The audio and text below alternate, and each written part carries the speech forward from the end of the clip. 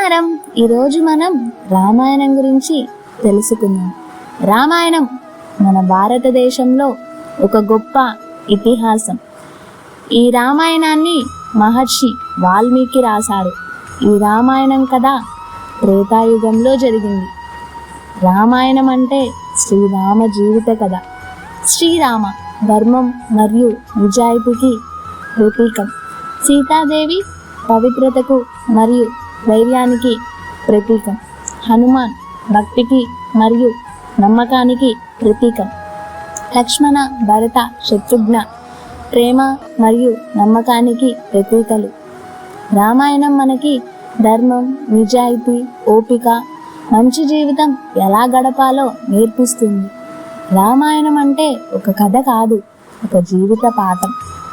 రామాయణంలో మొత్తం 7 కాండాలు ఉంటాయి.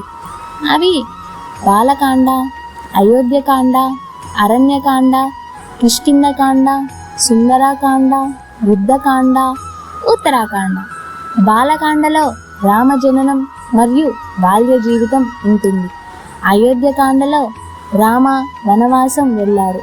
అరణ్యకాండలో సీత అపహరణం జరిగింది. కిష్కింధకాండలో హనుమాన్ రాముణ్ణి కలిశారు.